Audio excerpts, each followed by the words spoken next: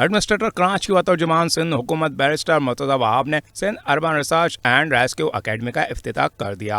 Media سے گفتگو میں مرتضی وہاب کا کہنا تھا کہ عوامی سہولیات کی فراہمی کا سلسلہ جاری ہے۔ میں شہر کا مہمان نہیں میزبان ہوں۔ نئی ترامیم کے تحت بلدیاتی قانون کو بہتر کر رہے ہیں۔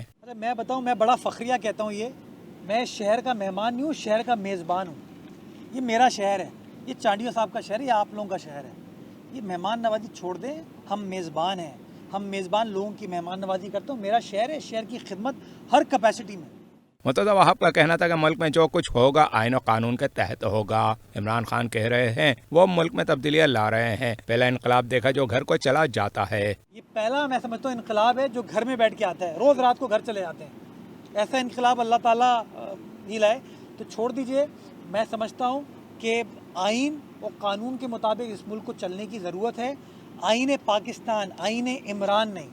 یہ جو کہتے ہیں نا عمران کی حکومت نکالتی تو سب کچھ ختم کر دو، یہ نہیں ہو سکتا۔ جو کچھ بھی ہوگا وہ آئین و قانون کے مطابق ہوگا، اور آئین پاکستان اس بات کی اجازت دیتا ہے کہ جس کی میجورٹی ہوگی قومی اسمبلی میں وہ وزیر اعظم ہوگا۔ اب عمران خان صاحب کی میجورٹی تھی 4 سال تک، تو وہ بدقسمتی کے ساتھ اس ملک کے وزیر اعظم تھے۔ ایڈمنسٹریٹر کراچی بولے ہم نے ہمیشہ کہا کہ اداروں کے ساتھ تعاون کے ساتھ ہی بہتری آتی ہے۔ چیئرمین بلاول بھٹو کی حکومت نے جو وعدے کیے وہ آج پورے ہو رہے ہیں۔